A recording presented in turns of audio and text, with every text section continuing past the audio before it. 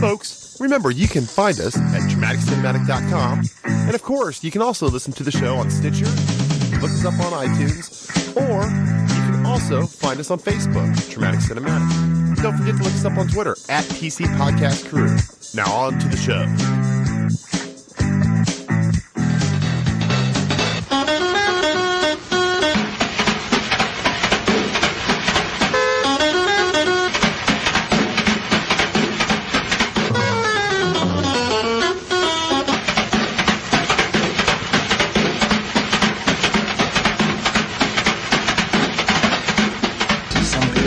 Seventh night after their death, come back to life.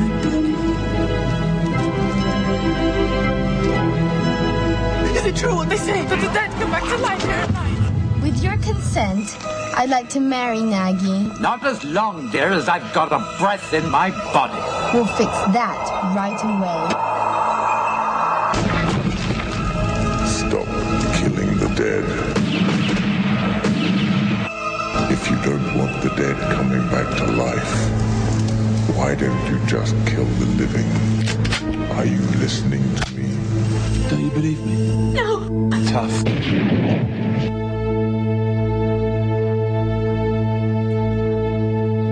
Greetings and salutations, ladies and gentlemen. Welcome back once again to the Traumatic Cinematic Show. I will be your host through the internet of audio goodness tonight. We have brought you a special delicacy that is not available in your average grocery store, your average Quickie Mart, your streaming service. With me this evening is Mr. Hometown Hero, Mr. Right-Hand Man, the guy with the lists of links to awesomeness, wondrous goodness, Mr. Mike Whitcliffe. You've got a real nice ossuary. Very nice ossuary. Very, very nice indeed. Also with me tonight is the... Well, sir, I get paid to do that, generally. But this time, it's on the house. Mr. DeMoss. You can never be too different. I thought that was fucking hilarious. Come on, guys. There's nothing more relevant than the things off the tip of your brain, right? So, folks, we have come here to talk about a movie. And I had a favorite, most wondrous and amazing quote that caught me from this movie. In the movie I am discussing, and that we are discussing, that I was, my pick, was something called Cemetery Man. I'm the watchman of the Buffalora Cemetery. My name's Francesco Della Morte. I don't know how the epidemic started. All I know is that some people, on the seventh night after their death, come back to life.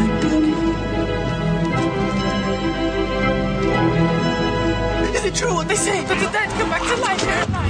With your consent, I'd like to marry Nagy. Not as long, dear, as I've got a breath in my body.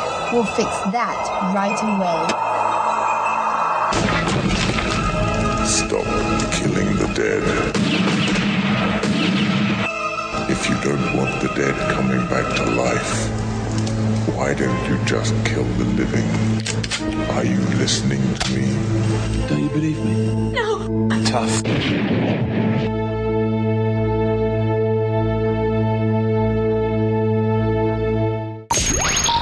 The living dead and the dying living are all the same. Cut from the same cloth. But disposing of dead people is a public service, whereas you're in all sorts of trouble if you kill someone when they're still alive.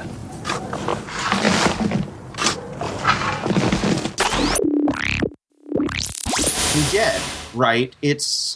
Zombies are a plot device. Zombies are a metaphor. You could say the same thing about Walking Dead. And that, yes, and I think that's why Walking Dead is popular as it is, because zombies are not just there for themselves. They are there because they add to the kind of world that you're building, and this Well, kind but the of zombies aren't even really a plot device. They're almost used as another class of characters. I could see that, because this entire world that we're building here, Mike, you know what? That's a good point. There is some moments of where they are treated like, yeah, they're there, and he knows he's supposed to put them down, and sometimes he does, sometimes he doesn't, and he's expecting them. He's like, oh, you're earlier than you should be, or this, that, or another. Yeah, you're right. They are. They're not the menace. The fact that they're there are supposed zombies to be there isn't what's important. It would But be I'm sorry, what were stranger you for them saying, not Dave? to be there to him. Right. The fact, yeah, I absolutely agree. The real important fact is that this takes place in a world that is a 100% corrupt and impotent bureaucracy, where no one does their fucking jobs, up to and including the Grim Reaper, who we heard in that trailer.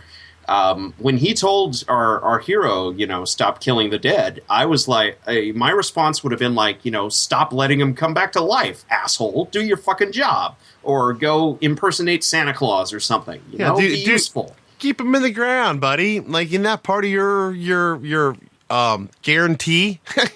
But of course, when I reap them, they stay reaped. But it doesn't work, because nothing works. Like, the mayor is corrupt. The police chief is an idiot. The mayor's daughter is a bitch. It's like just super mega turbo bitch too. It's just horror and hypocrisy all the way through. And our cemetery man is the only one who even notices. I have. Yeah, it's rare to see a film as bitter and cynical as I am, and I find it heartening. Actually, I love this movie.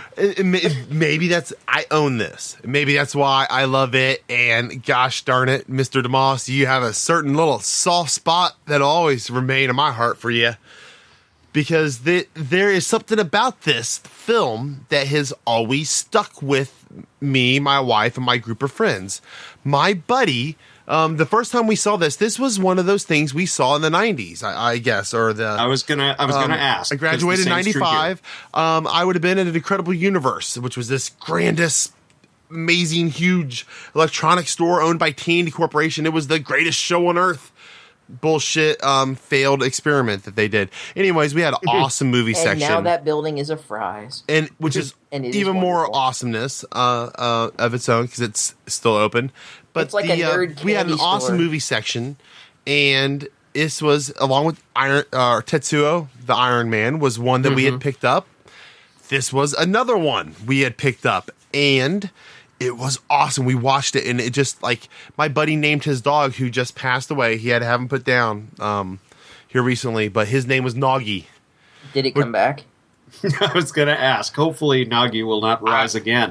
I'm not allowed to discuss such things.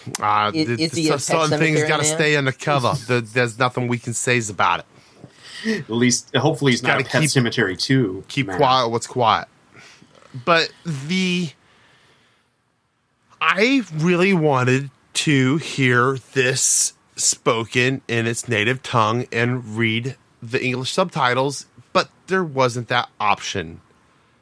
But was this actually acted and recorded in English? Well, that's a interesting thing you get into, because when you look at it, the lips and the movement, it really sure does match up pretty good.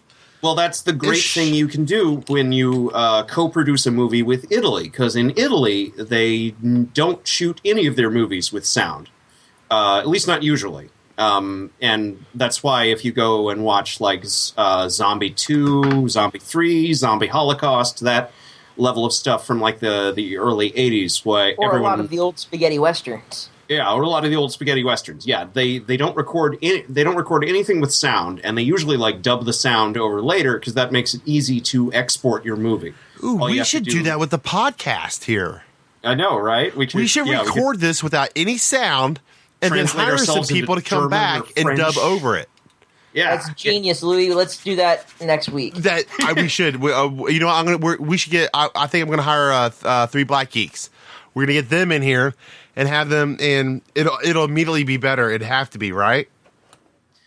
Well, I think one of them is still in Japan, so there might be a bit of a. Well, no, maybe we should wait for 2 weeks Godzilla. when we do Godzilla. Oh no, we're not. No, I'm doing Godzilla. I don't care what the hell you two. Oh, it'll be 3 black geeks and Demas. That's right. And Wycliffe. Yes, Basically, we Godzilla's my kicked forte. Mugumbo out of the show. No, and, I put up with these zombie movies in order to Aliens. inflict kaiju movies upon you. I'm into aliens. I'm actually going to have somebody, the big, huge back piece that I have on my back of Oz zombies, I'm going to have covered up with stuff with aliens.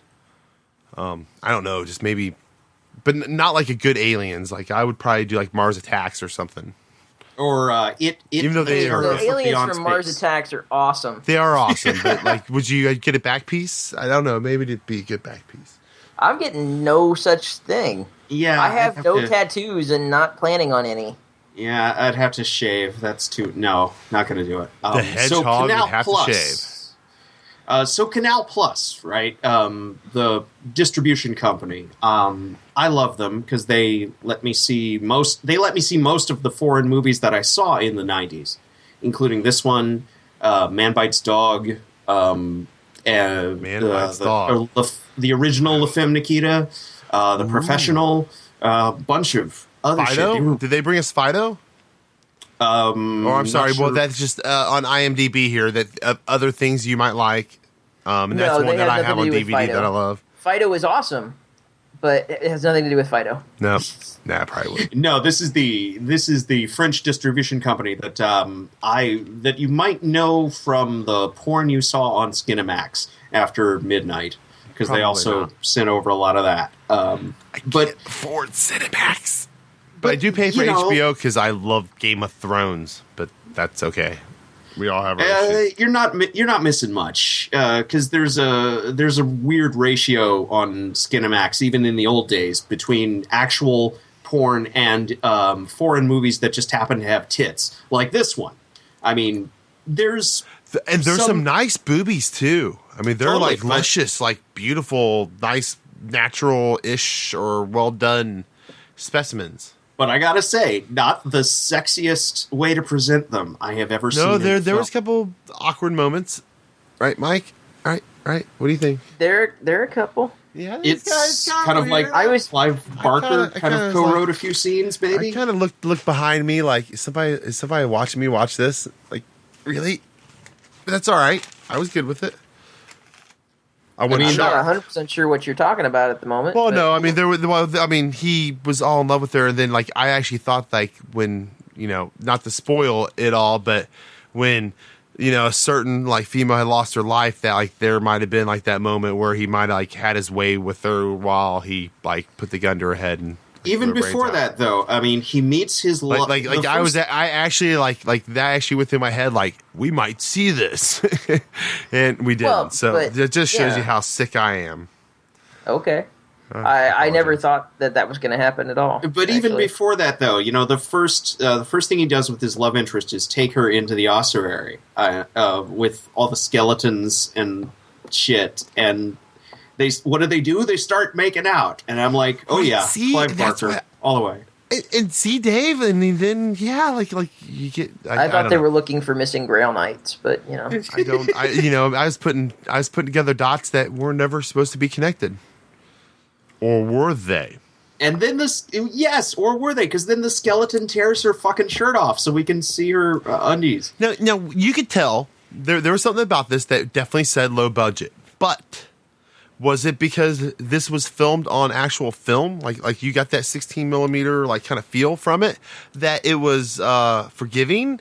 Did it feel forgiving, guys? Because was it maybe because it was filmed for $4 million in 1994 in Italy? which was a lot of money, actually, technically, right?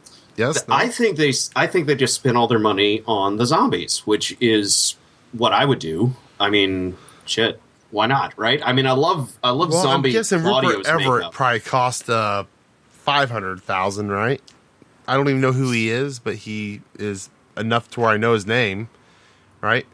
Mr. Francesco Della Morte. Yeah, but Rupert, I've never seen Dance with a Stranger. Well, I've never seen anything he's in, but he's obviously his name's like plastered at the top of the. Yeah, he's all over the place. Never saw My Best Friend's Wedding. Yeah, he does a lot of romantic comedy. I mean, he's Prince Charming in the Shrek movies, I think. Oh, he's Secundus in Stardust. Oh my God, that was sick. Oh my God. Okay. So, so he did cost some money. We even talked about the fact that it was Rupert Everett when we talked about that show. Yes, about that movie. did. And yes, I just completely forgot. See, he aged. Damn it, between 94 and 07. Well, really, we all did, Dave. We all did. Yeah, but where does he get off? He's an actor, right? He should always remain, however old he was when he did this. What do you think this was? Do you think this? I mean, obviously, this wasn't Italy's Hollywood making the film, right? Was this some sort of artistic attempt at a black comedy to sell to the U.S. market? What do you guys think about that? Like, what? Well, it's funny you should say the word artistic. It's actually based on a novel by the same guy that created the character of Dylan Dog for the comics. Which is where I got artistic, because comics. Which Tiziano Sclavi. I can't say I've ever read Dylan Dog, but I am way more familiar with the name, even though I am very familiar with Cemetery Man, but I am more familiar with Dylan Dog just as in hearsay, as far as knowing that it's more of a pop culture thing. And it's huge in Europe. Would you like to know more? 20,000 AD, Judge Dredd kind of huge in Tell Europe. me more. Dylan Dog is a paranormal investigator of the John Constantine Angel Investigations School of things. He basically, based out of London, roams across the world solving all kinds of supernatural problems. Your ghosts or vampires. While generally being a bastard. Your zombies, yeah. Well, generally being a bastard. Kind of like the Supernatural that just wrapped up here in the U.S. on television. Also, I don't think it's wrapped up. I think they're doing more. Really? I thought the finale had just happened for Supernatural. But also kind of like, what was it, Brothers Grimm? You know, the chasing the Supernatural X-Files kind of. Professional paranormal investigation and elimination, yes. Yeah. And awesome. And awesome apparently premise. our cemetery man here is Mr. Dog's Italian counterpart. Which, you know, if you're the author, you can create as many Distoff counterparts as you want. Well, depending on the time period, I mean that was the biggest threat in the area. Would have been, I mean, as cemetery man, his main job duty was when he would bury a corpse to make sure that when they rose, that he then would put them back into the ground again. Correct? Yep. And the thing on the cemetery gate is, you know, they will rise, resurrectorus. I can't do. Yeah, Latin. I saw that too. Yeah. That's why you need a good undertaker. You need somebody that really follows through with the whole process, right? Dumb bullets. Yeah. However, I do have to say, you know, as far as the whole "they will rise" bit, I think what you're supposed to take away from it is what's causing them to rise are those plants. Really? Because when what's her name's husband is, you know, when he comes back, there's that root that has somehow already grown into the coffin. So it's a very aggressive plant. It's already grown into there, and I think what, you know, you're supposed to take away from it is that that's what brings them back to life. And when first love interest comes back, she's all covered in vines and shit and all swamp thinged out. Even, yeah. I can see did anybody that. else have a problem with the one sarcophagus? And I think the ones that had that certain shape to them is considered a sarcophagus. Is that right? Instead of a coffin? Or is a coffin or a casket, right? That's the difference. Anyways, it was glass. But I am sorry, folks, but don't you be putting me in anything glass. Like, I want to be cremated. There's a reason I want to be fucking cremated. That's because, you know what? If I come back from the dead and I'm a bunch of ash, well, then I want you to absorb my fucking ass. You know, like I want to be absorbed through your eyeballs and your ears and your sinuses and stuff. I wouldn't mind. What dragging you're around saying is that a zombie of a cremated person would basically be a giant dust storm. Absolutely, and we could actually mass together, and it'd be like the fog. Ooh. Trademark dramatic cinematic. Yeah. Boom. Shakalaka. Yeah.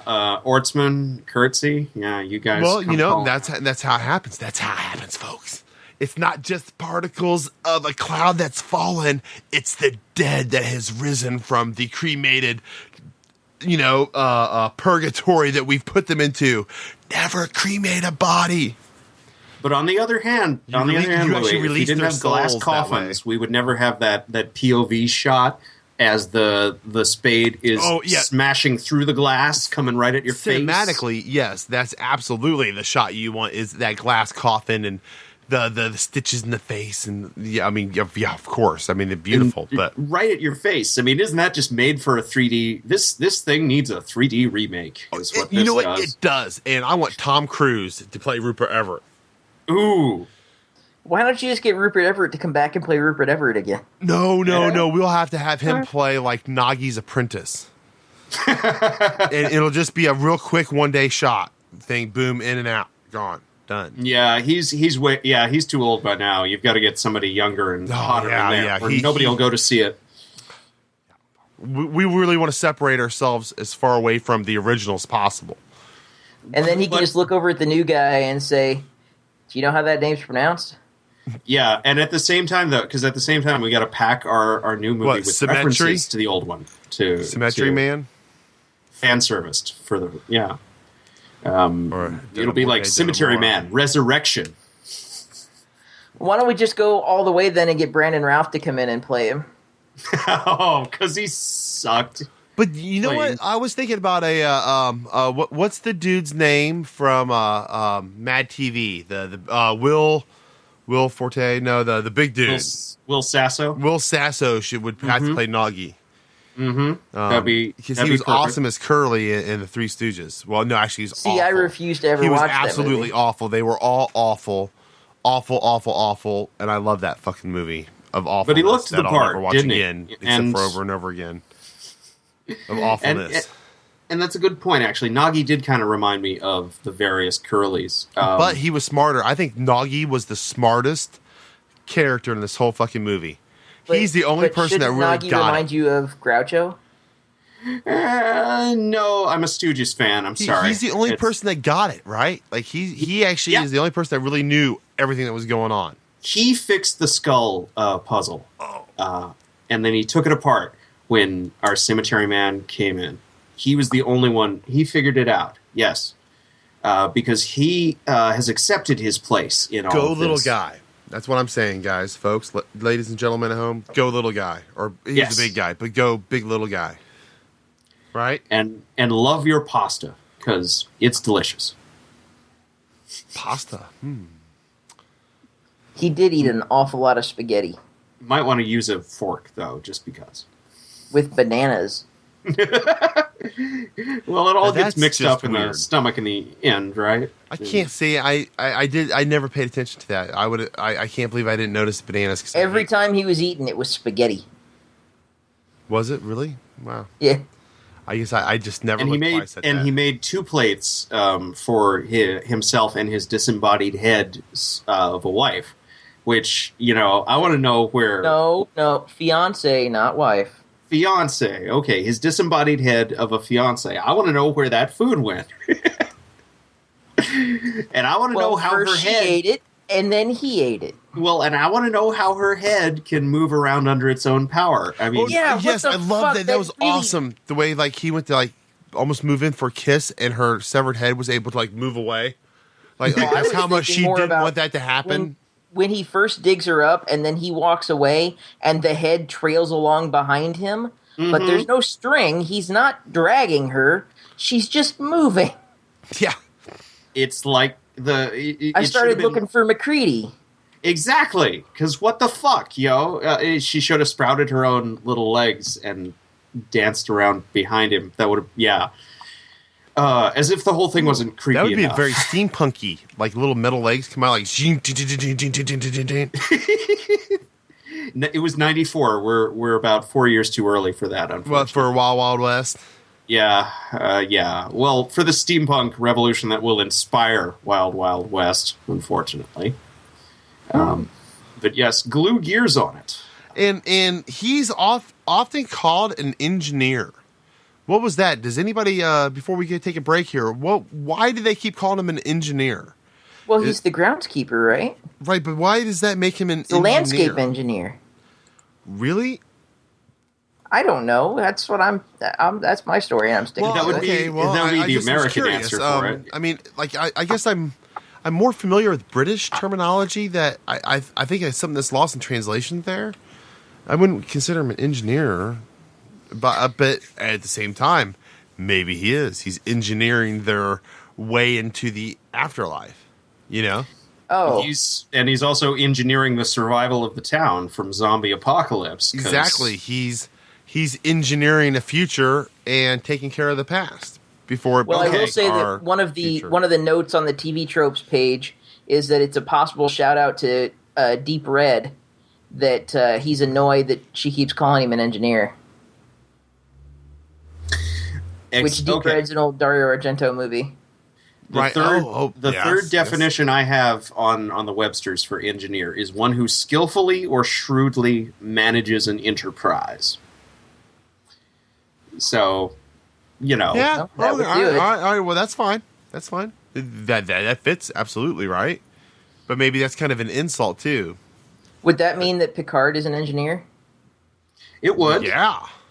I would definitely say yes. His negotiating engineer. skills definitely qualify him for that. But he's the captain, not an engineer. Oh, now you're just getting technical. Well, that would be an engineer then. And see, this is the kind of thing that'll drive you insane if an old woman keeps calling you it every single day when she shows up. Good grief.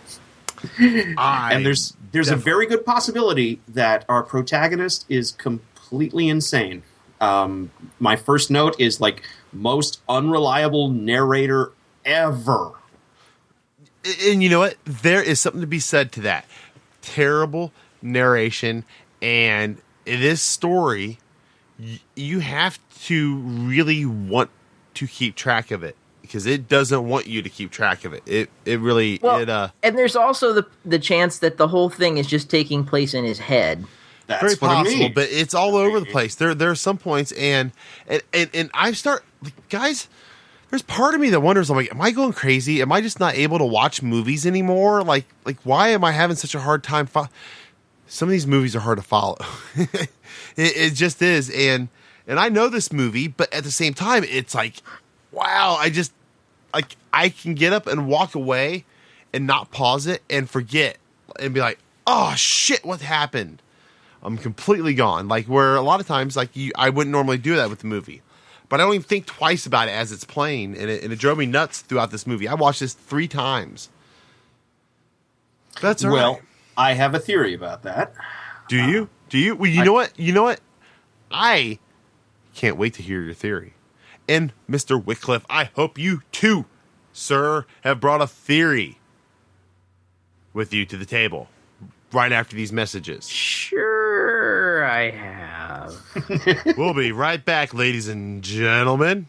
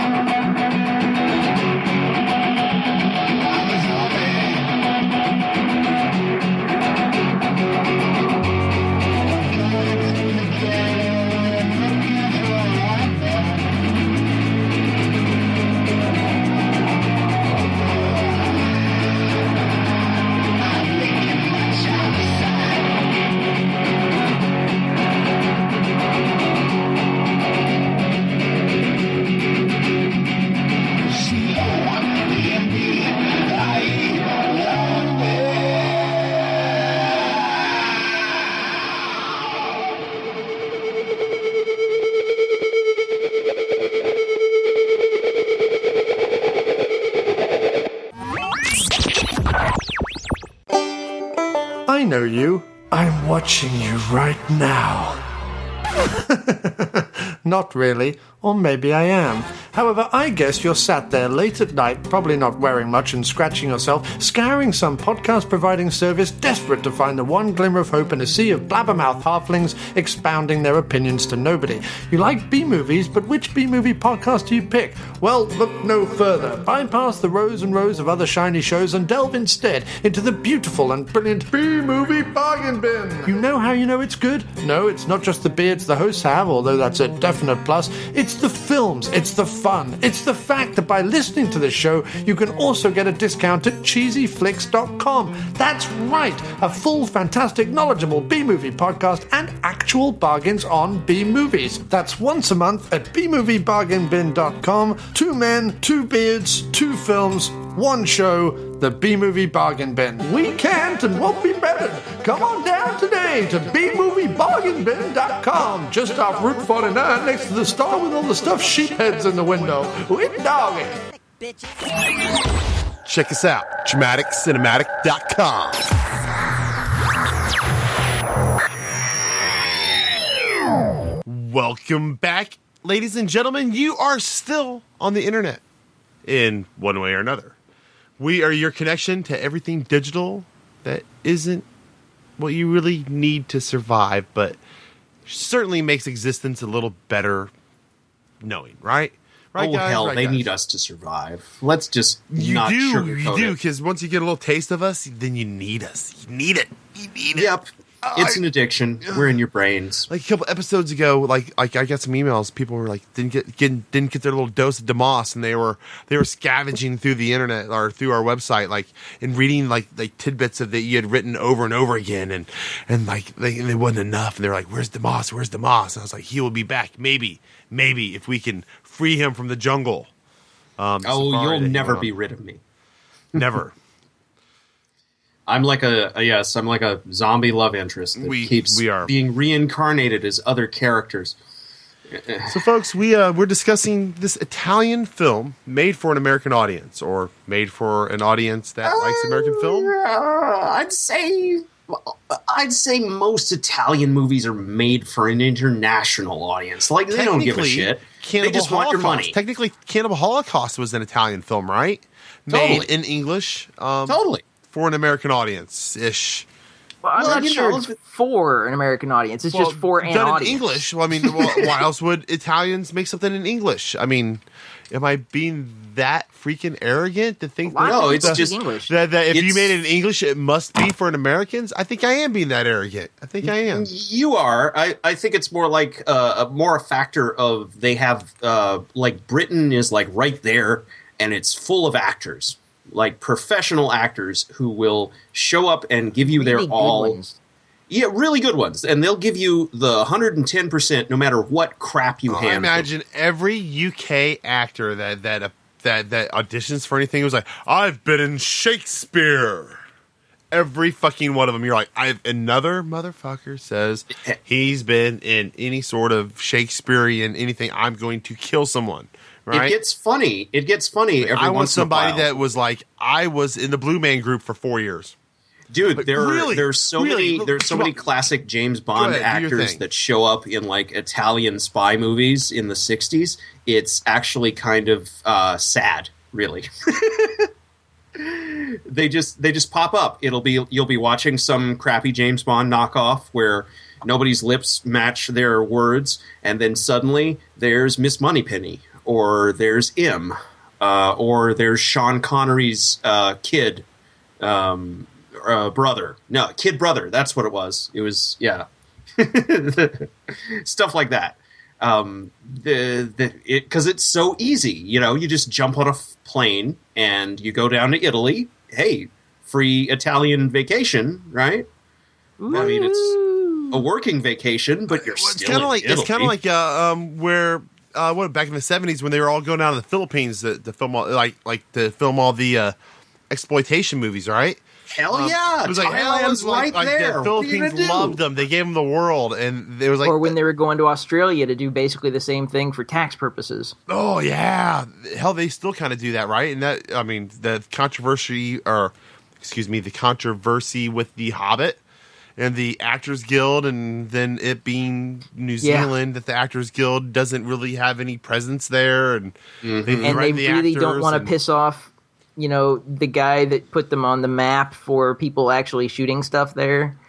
Right. Who Without Peter Jackson, the gross national product of New Zealand drops a lot. I just want everyone to know that I knew New Zealand was beautiful before Lord of the Rings. I saw pictures in books when I was in school. I know it was beautiful. Are we becoming the hipster podcast? Is that what's going on? I was going to say, he's going to get us labeled as such with that kind of talk. Well, what? Because I saw a picture in a fucking book? Really? Yeah, well, really? Is that what makes us snooty? People are assholes. What do you want? As Cemetery Man accurately shows us. It really kind of does. It really, for 1994, kind of foreshadows the future to an extent. Really, I mean, how well, people were assholes in 1994 too. They were, but we are so much more plastic today, in today's day and age, than we were back in 94. I mean, it is so much worse now when you look and see what 20 years has done, or I'm sorry, 30, that's reality television for you. I had the same thought when he tells his first love interest that this was the only job he could get with a degree in biology. Even though we later find out that's a lie, but still, I had that exact he could get a job same at Circuit thought. City management easily. I mean, exactly, or Best Buy, or Walmart. As long as he can pass a drug test, that's more important than his college education. Really. And like any good Italian, he's all about the wine. So yeah, he's fine. Oh, I'm sorry, that's French. They're also about wine, but just in a different way. They were involved in this movie to some degree, at least in the financing, which, hey, I could see it. I mean, everybody's an asshole. The protagonist may or may not be reliable. This is one of those films, guys, that I'm actually kind of disappointed. This is what IFC is made for, right? And I've been watching it a lot here recently, and I think I've mentioned it here or there. On the show, I'm talking about Independent Film Channel. It has commercials, right? But it doesn't edit anything, so they have some funding. Anyways, they play some really good movies, not in high def, and they do chop it up with commercials, but otherwise it's intact. But I mean, this is something I would expect to see on there, or Sundance. I was going to say, yeah, I'm pretty sure I saw this on Sundance back when I still lived. That's where I saw Pontypool. At my parents' house. That's how I experienced it for the first time, and maybe the second was Sundance. But I don't know. Like it's just this is a quaint movie, and it is difficult to follow. And what do you guys have an explanation of why after all these years, I understand why back in probably '96, when we saw this and owned this, probably on VHS at the time, why. Yep. I understand why we fell in love with it then, but explain to me why I had such a hard time now keeping track of this movie. Because you're sober? Ish. I wouldn't say I'm an adult. That can't be it. My theory is that the author of the work, Tiziano Sclavi, spent 8 years writing comics. Before he wrote this movie. So the structure of this narrative reminded me a lot of like serial comics, or like the old serial, you know how you get DVDs of like old movie serials and you just press play all and it just goes through the whole like 3 hours of the damn thing or something. Right. Which is wonderful. It can be, but sometimes it can be really weird because it's just one damn thing after another happens. There's what through lines are nebulous. Haphazard at best? I was going to say, yeah, that's a good way of putting it. I was going to say nebulous and kind of hard to keep track of. I was going back and forth all throughout this watching of it because I honestly haven't seen this in years, and I was surprised by how awesome it still is. But at the same time, I get it, Louis. I was kind of confused as to what they were going for until the very end. When we have our Twilight Zone ending. I mean, guys, it may be, and I'm going to put this into a comparison, and we'll see if the ladies and gentlemen at home agree or disagree, or you guys. For my day job, and I don't get into what I normally do very much, but I work on cars, and I make cars look nice. I'd make things look like, from a collision, look new. Anyways. Are you an engineer? Yes, I'm an engineer. I cannot go to a car show. I can't go to a car show. I can't enjoy a car show. I can't look at a car show without looking at it and seeing all the flaws in it. It just looks like shit to me. I just cannot stand it. It just is irritating, this, that, or another. So with that said, that's like how it's hard for me to get on the computer at night when I get home from work. Exactly. So is it that we watch so many movies and that I watch a movie in a different way now that I'm watching this movie that I loved? What was it? What was it? We watched something just not so long ago. Fear and Loathing in Las Vegas. Even though I still love that movie to death, I watched it very differently, a different take on it than I did the first numerous times I had seen it. Am I looking at these movies differently now? And computing them in a much different way. Louis all grown up. Well, we would hope you'd be applying at least I'm not enjoying little bit of critical thought. I don't think this was a bad movie, but I think it's not a bad movie. I think for the common fellow or the common fan, they can never get into this. That's why it is a underground kind of cultish hit that people like us have to share. Otherwise, no one will ever know that it exists. Being a cult hit doesn't mean it's a bad movie. No, it doesn't mean it's bad, but not everyone can watch. Like if my mom watched this movie. I couldn't let it happen. I would have to take it from her. Well, no, because Mom, this movie makes no sense whatsoever unless you're willing you don't to think just I'd sit there and like have it? And I was like, no, Mom, you'd probably love it. What, you don't think I'd understand it? I was like, no, Mom, you probably wouldn't understand. Well, I just call you and that's why I don't want you to watch it, Mom. I don't want you to call. Well, I just call. You can just explain. Like, I'm not going to explain the movie to you while you're watching it, Mom. Right? And that's just because I don't even like. There's lots of parts that I didn't understand myself, right? I would say you have to be in a certain mood. And I would say that for most black comedies, especially if they're this damn bleak. Well, a few weeks ago, we watched Stardust. It had millions and millions and millions. I mean, it had like an extra comma in their budget, right? Practically. Mm-hmm. And they, beautiful, awesome movie, but it also didn't push it across. And I understood it and I could enjoy it for what it was, but at the same time, I knew that it didn't complete a story. I felt like somebody ripped pages out of it, and I felt like that. I kind of felt like that when I was watching this too. Like pages were missing. And it could be that originally it was a longer script or had some stuff in it that we haven't seen, or so on and so forth. We just don't know. I do like the comic book theory, with the Dylan dog thing. Whereas if I knew that story more, then I would understand more where this guy came from. Kind of like already understanding like Buffy the Vampire Slayer without explaining what the Slayer's duties are and how important they are. They just do it, and that's kind of like the moment we get. I can see some of that, but then again, this is based on a novel, like a prose novel, and so some adaptation decay is going to be built in to the process. I think, like. You can't just, like a book and a movie, they're two different things. You got to do certain stuff. And some books can not be turned into movies without, like, fundamentally changing what they are. And I understand that completely. There's ways of describing things verbally that when you try to put that into a film visually, just doesn't come across. Like, it just... whether it be budget or logistics or, Which is probably why they go with first-person narration through most of it, and it feels kind of like a zombie noir movie when you're first starting out. Until you learn Mike, what did you feel? Would you call these creatures zombies? I mean, sure, they fit into our modern-day perception of what a zombie is, but do you feel they do have some different abilities from normal zombies, yeah.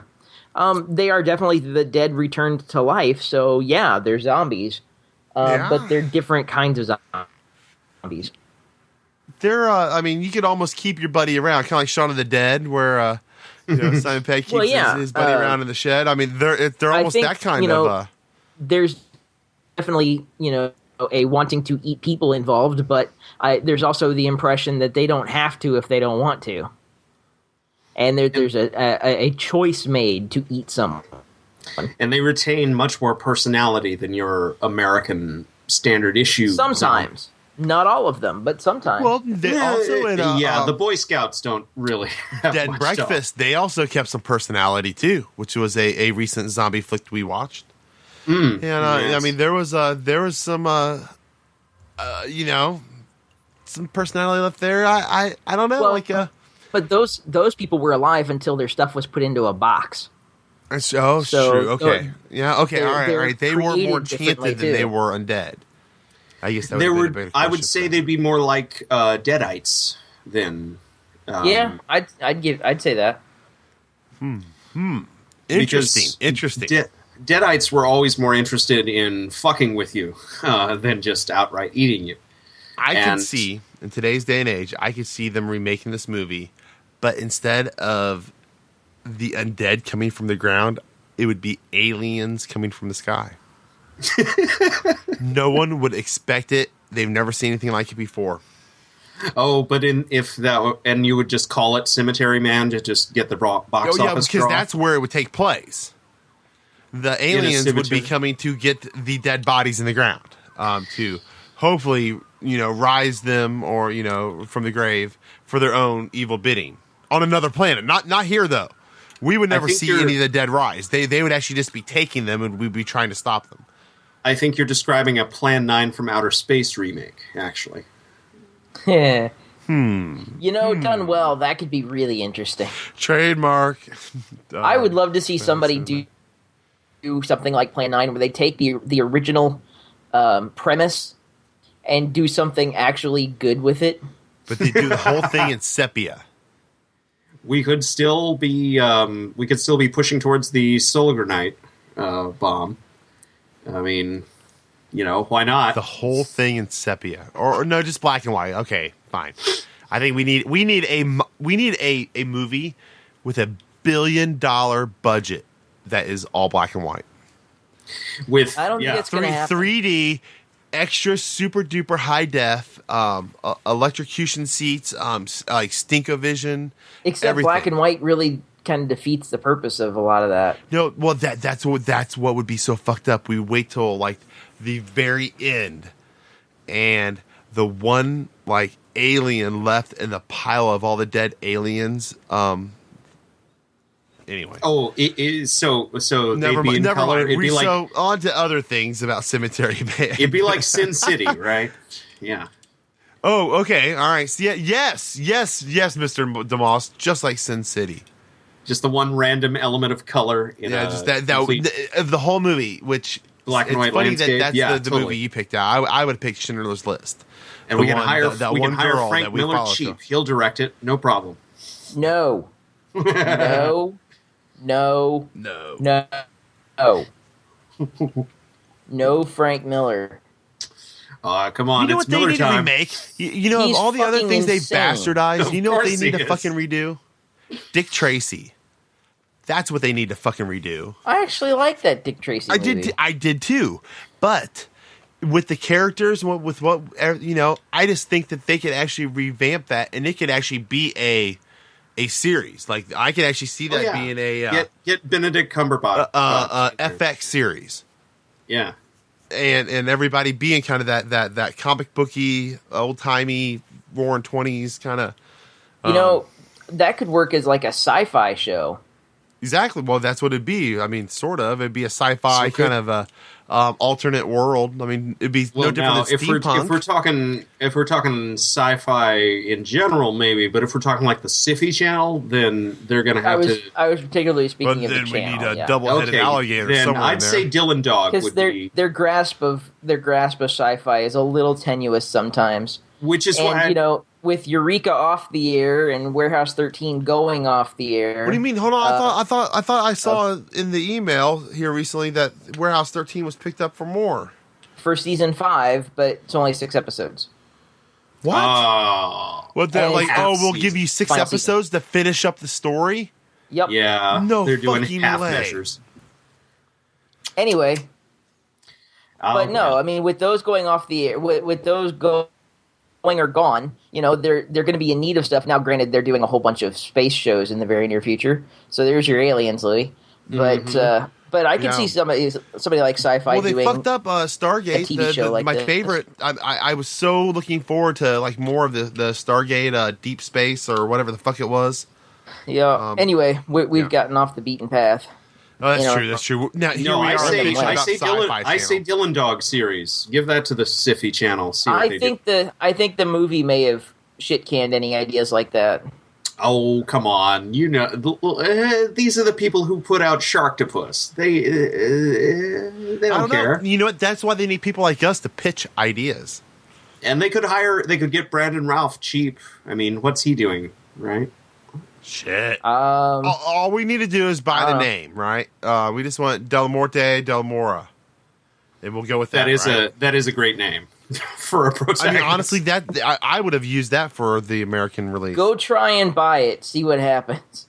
Yeah, no shit. But the Dylan Dog and all related characters are so popular in Europe and particularly Italy, from what I understand, that it would not go well for you. Oh, they're like this guy is like he's like Batman. Honestly, he's the closest we got now that we don't have any more Diabolic. My question to you guys is who do you think was the hero of this movie? Who was the standout? I mean, do you think Rupert Everett that's who they told us was the big squeeze out of this, but who did you see? I don't think there is a hero in this movie. I think there's a protagonist. But I don't think there's a hero in this movie. Yeah, I'm with you, Mike. I'm rooting for Nagi just because he's a fat slob just like me, and fair enough. I'm hoping he gets the girl in the end. But if nothing else, he at least got head from her. True, that's true. I actually had in my notes something about there's a getting a little head joke in here someplace. It is, yes, it's someplace in my notes. But I'll spare you because I feel for Nagi. Yeah, my note was she gave Nagi gray head. He just gets nothing but shit from the entire world. And she did. She loved him for him. That kind of changes. And you know what? That was end, real love, because even when she was just a head, the scarred face, he still loved her. Yeah, it's actually kind of sweet. And again, with the Clive Barker overtones, because I remember a short story from him about a necromancer who specifically resurrected the dead so that they could get themselves some. A little something. Yeah, well, kind of like Well, and at the very ending, there is that little switch that kind of gives Nagi his due, Yeah. After a grievous head injury. Well, you got to go through some stuff to get to the good stuff, right? Hey, true. We can't be ones to judge. It's weird for a living person to have sex with the dead. But hey, dead having sex with the dead, who am I to judge, right? Sure. They could all be dead, and this could be hell. Guys, I really expect the big missing opportunity was Rupert Everett really should have had that love scene with his Belle dead, zombie bride, like while she was zombified, and had his go, and then when he finished her off as he finished off, that was such a missed opportunity in this movie, and I waited for it. As a hardened, sickened, twisted, traumatic, cinematic bastard, that's what I wanted and didn't get. And you know what? I'm glad. I'm proud of this movie for not giving it to me. That's probably a good call. Yeah, I know. Hey, I can admit that, but I'm just saying. In today's day and age, if this was made in 2014, that's what would have been the name of the movie. We'll wait and see how they do when they remake Necromantic. Ooh, that's going to happen too. And I think we've met that guy, Mike. I'm not sure. He's a blonde, very Yes, I do believe he was at Days of the Dead and Horror Hound. Very Nordic gentleman. Okay. Yes, very Nordic looking. Yes. Yeah. Very blonde, blue-eyed, and tall, and... That could be lots of people. Yes, but he also had this big poster behind him that said necromantic. Okay. 1 and 2 and whatever else there was. I don't remember that, but okay, I'll take your word for it. You were stuck behind a table. It's actually a touching love story, and it's a bit more coherent than Cemetery Man, all things considered. Well, yeah. It wasn't the Cemetery Man wasn't coherent. It just, I could definitely see, if I had to sit down here and write out this plot. I think the trick to Cemetery Man may be that while the movie isn't coherent, it's because the main character isn't coherent. True. Good point. Crazy. Very good point. Because this man is not all there. Good point, Michael. All right, guys. What else? Anything else you wanted to say about this? Anything else about last week? We threw it out there. We threw out a little contest for any of those that make it this deep into the show, and I'm throwing this out as a just in case. If nobody has claimed the prize from last week by the airing of this episode, then the first person to email traumaticcinematic.com, or I'm sorry, traumaticcinematic@gmail.com, let's say, how about Mr. Microphone will be back to pick you up later. Yeah, Mr. Microphone will be back to pick you up later. Email that to traumaticcinematic@gmail.com, and we will send you a t-shirt in your size. Also include in the email the size of your t-shirt. And if it did get one last week, we might just go ahead and do it again anyway. So if you made it this deep in, be the first 2 emails. And if you're balls deep in us. Wait. Balls deep. Well, this is the balls deep contest. Boom. It's trademark pending, along with the moss on a stick. Trademark pending. Oh, Joker golf on his stick. The moss on his stick. If I had a DeMoss on a stick, and I so would want 2 fingers that I could, if I pulled a string, that they would go down into quotes. I can recommend you some puppet makers. I really can. No. It has to be just a cutout, where you'd almost have the eyes cut out and we put our eyes behind it. Oh, okay. You don't want to go professional on this because if you do, I could really reuse the prop for so many things. Since when have we done anything professional? I was actually looking at just some crayons and some cardboard, but possibly a nice color printout of your mug. Pasted on some cardboard. Yeah. And then we take it with us and we put the stick up, I'll be sure to record the next review in the highest definition possible. Oh, that would be hilarious. You should actually do a little 30-second excerpt of your show with the DeMoss on a stick, and you just bounce it around and do the little commercial. Obviously you wouldn't do your whole show with it, which would also be hilarious, but well, hey, I could always do a whole storyline where I get turned into a puppet. Turn it around. You turn the stick around, and then you got an angry face on the other side. And then you turn it around again, and each time you turn it around, you cut it. Therefore, you can have a different face. How does he do that? It's amazing. It's like magic.